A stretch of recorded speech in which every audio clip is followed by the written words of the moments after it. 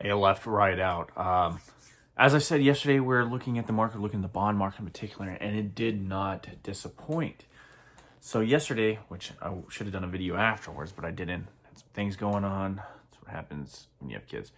But the bond market made one of the in the 10-year especially.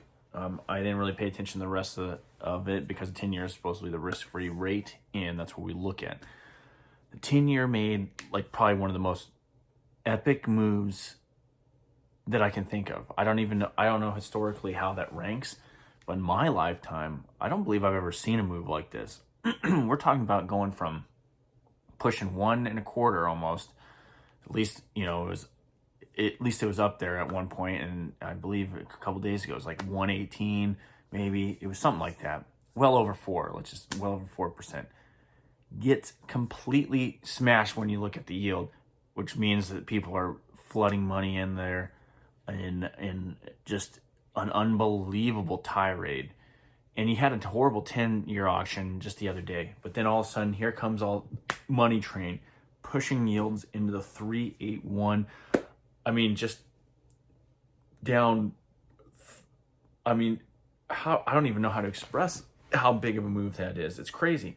Now, when I look at it too, I was like, oh yeah, that's a massive historic move. It kind of goes along with instability in the debt markets. I start looking at it like this. Where are we at on the Fed funds rate? We're at between 1.75% and 4%. Does it make sense that if you put something into a 10-year note or bill, does it make sense to hold it for 10 years at 381 while the Fed funds rate is at 3.75 to 4%? It makes no sense. How can you be flat on that? So like I said, the market is irrational in my opinion.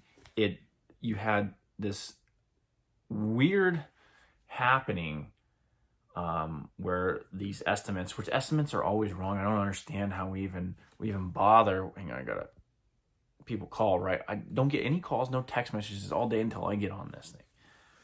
But anyway, you have I lost my train of thought. Bastards. Where was I going with it? Anyway, we'll go on to something else. The Fed's going to raise some more anyway, even though they had all these people coming out. Oh, I was talking about the irrationality of the expectations, how expectations are always wrong.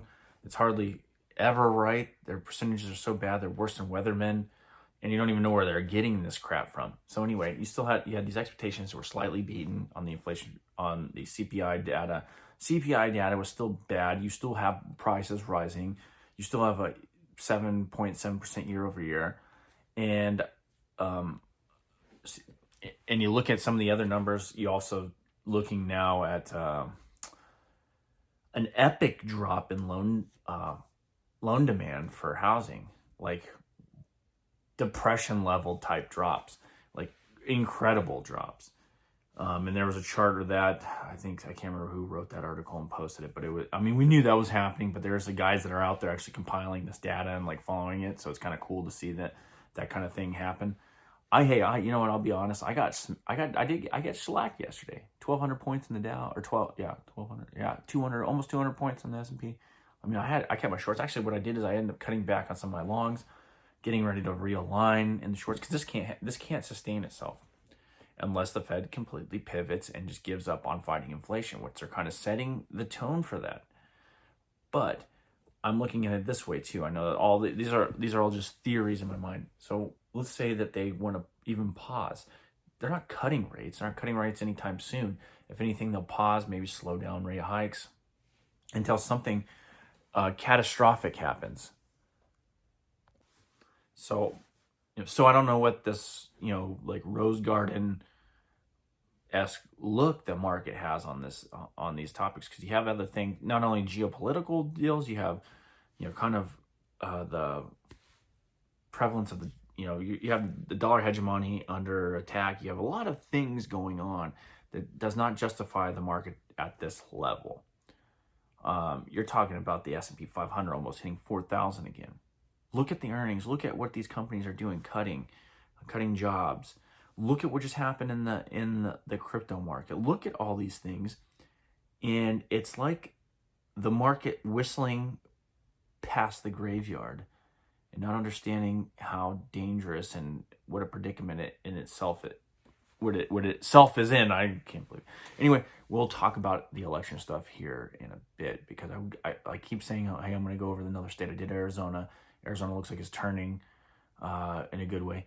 But I really want to get into this Colorado thing, because it's and some of these other states, because it's very imperative that we understand trends. And even my state that I'm from now, they're some of the people I listen to, they're kind of embracing this new bunch of people that are coming in, and I understand it from their perspective, but at the same time, they're kind of, it seems as though they're ignorant of history of states that have similar cultural views or had similar cultural views, doing the same thing that they're doing, and watching that whole shift happen in a way that is not in favor of themselves. Anyway, I'm going to leave it there. Watch the markets, pay particular attention into that debt market, because it's very interesting the fact that the 10-year in the Fed's rate is pretty essentially flat. We still have a lot of bad news. You have I don't even need to get into it, but just pay attention. Just look at that debt market, see what's happening there, especially Friday going into the weekend, which is always, it seems like nobody cares anymore. But used to be, you didn't want to, when you have a market that's so edgy like this, you didn't want to go into the weekend too exposed in any one given area, because you didn't know what the headlines were going to come across the table on after the market closes on Friday until the market opens on Monday. But people seem to be just like, Jesus, take the wheel. I'm just going to go ahead and just go in on this stuff, and we'll see what happens.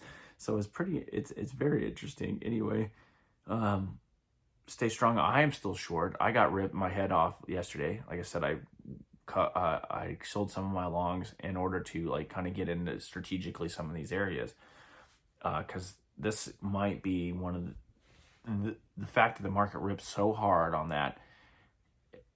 It's telling me it's raising my spider senses, and we're gonna go with it. We're gonna maybe double down in certain areas, and then try to look for strategic areas to play this. Maybe watch it maybe further climb, but then we're gonna play the downside.